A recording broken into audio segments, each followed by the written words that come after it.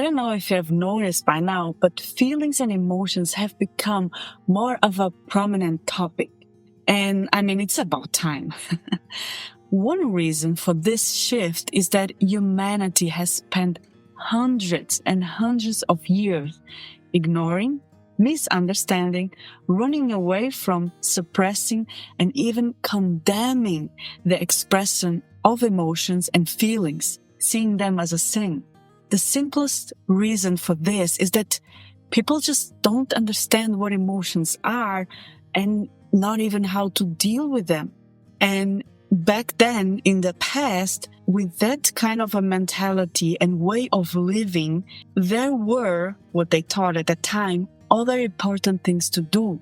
And also, some people, especially the ones in power, like at that time, kings and rulers, they have realized that inflicting fear in others was a really effective way to manipulate people into acting in the way they wanted.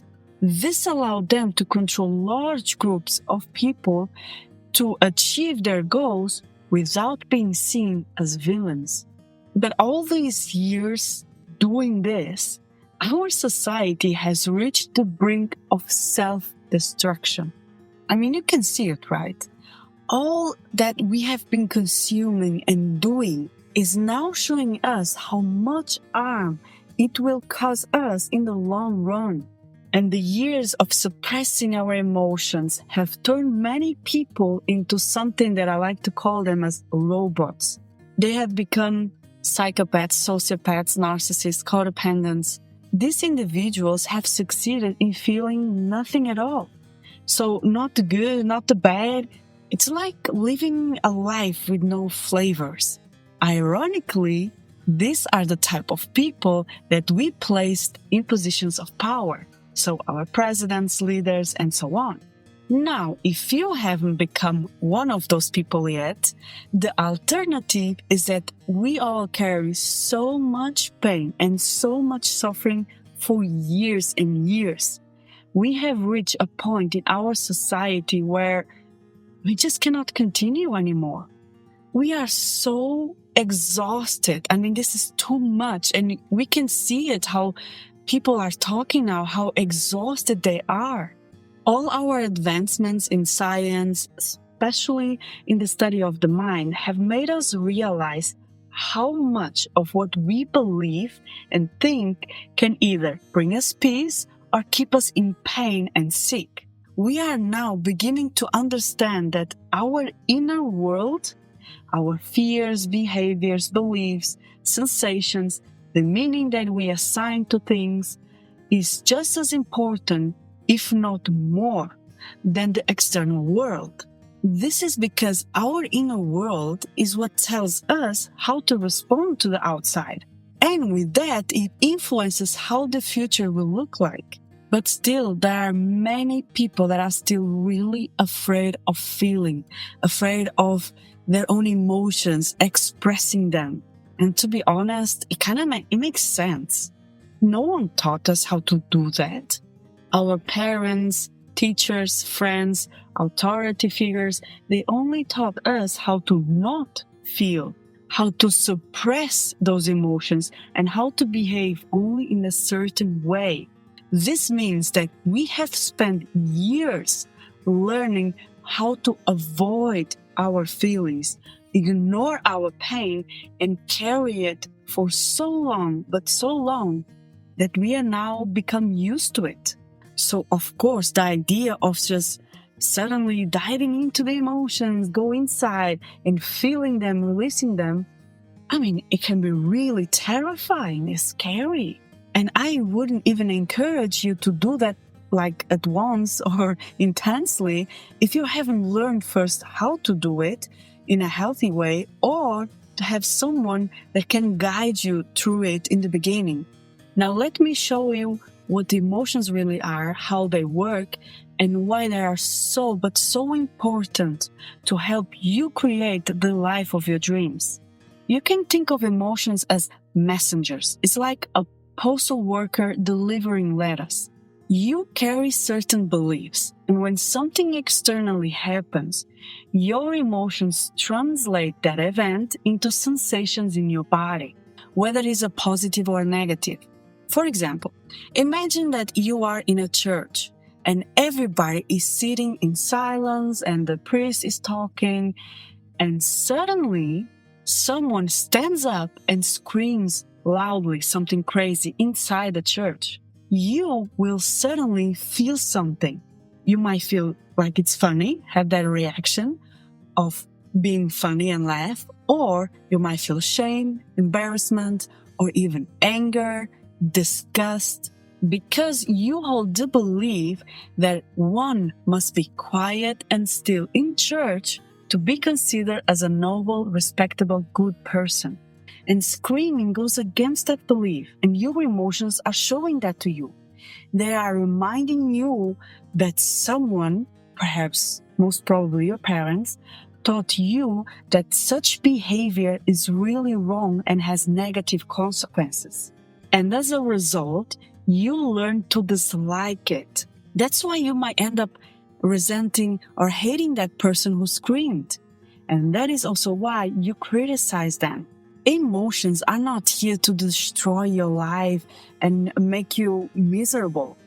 It's only, the belief and meaning that you have attached to that event that makes you feel that way.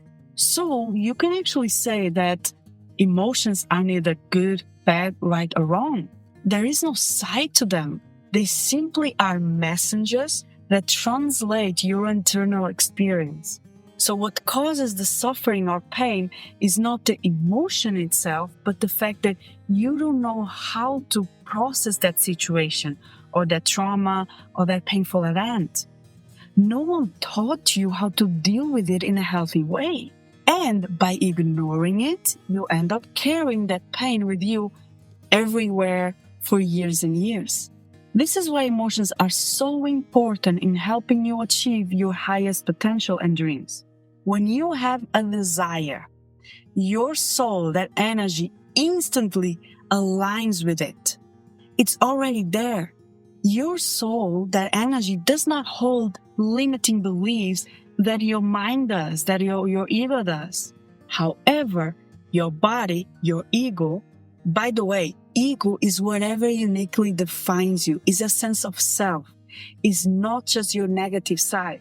So now your mind and body has to go towards that, has to match that as well. So this creates a gap between where you are now and where your desires exist. And that's where your emotions come in. They act as messengers, giving you signs on where to go and what to do. Once you feel that emotion and express it and truly listen to what it's trying to tell you, you can then take action accordingly. And every time you do that, you move one step closer and closer to your desires. But this process won't always feel easy. It can be pleasant, but also really uncomfortable. And in fact, the right path is often the one that feels the most uncomfortable. Something important here. When you fully experience your emotions, you allow yourself to be with them, to sit with it. Here, you can feel things like your body starts to shake. You feel the need to cry a lot, scream, wanting to punch something. It's better if you punch a pillow, smash something. You can feel like your skin is on fire, or like some acid is eating your internal organs or your skin up. You might want to vomit, and so on. But this is normal. This is your body liberating that energy. It is a process that your body needs to go through to get rid of that type of energy. So when you are trying to close this gap between where you are and your desires, but you hold the belief that you cannot cry, being strong means to never feel, sadness and pain are sign of weakness, you will always feel lost here. You will feel empty and disconnected because you are disconnected. You are not being able to hear your inner guidance or to know what choices to make. In this state, you are ignoring the messenger, your emotions, and preventing yourself from moving towards what you really desire and want.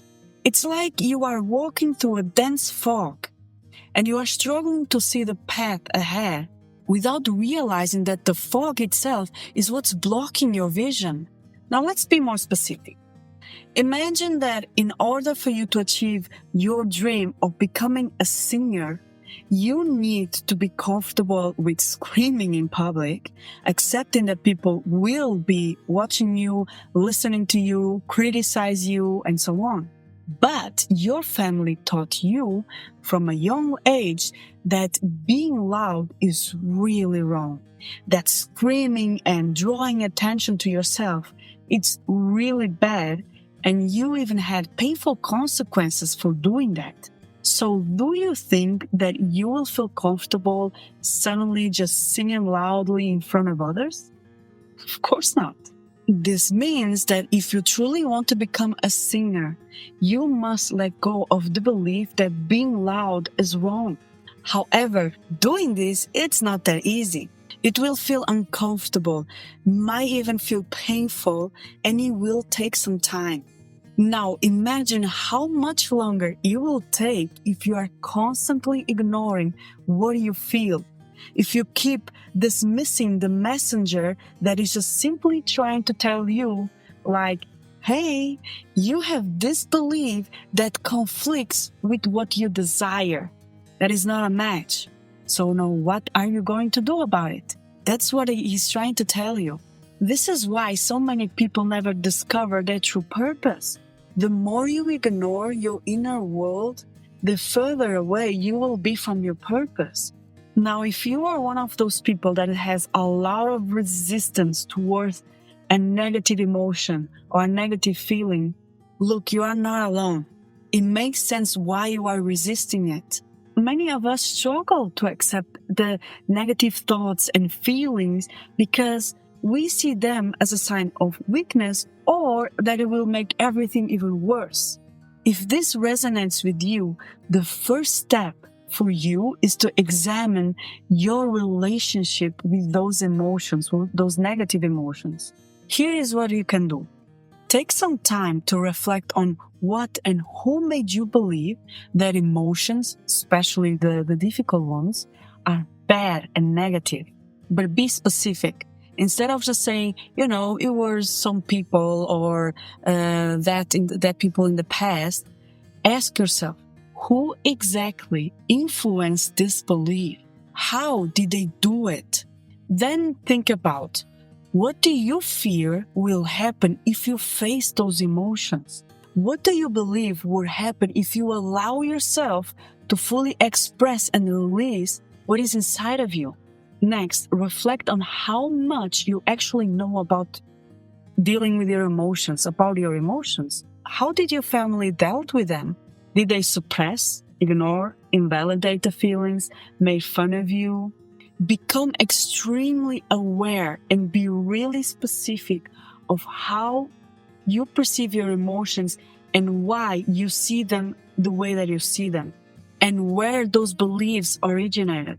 This awareness itself, only this will help you understand why you still carry so much suffering, and it will give you the courage to then face them because you are understanding them and not being afraid of it.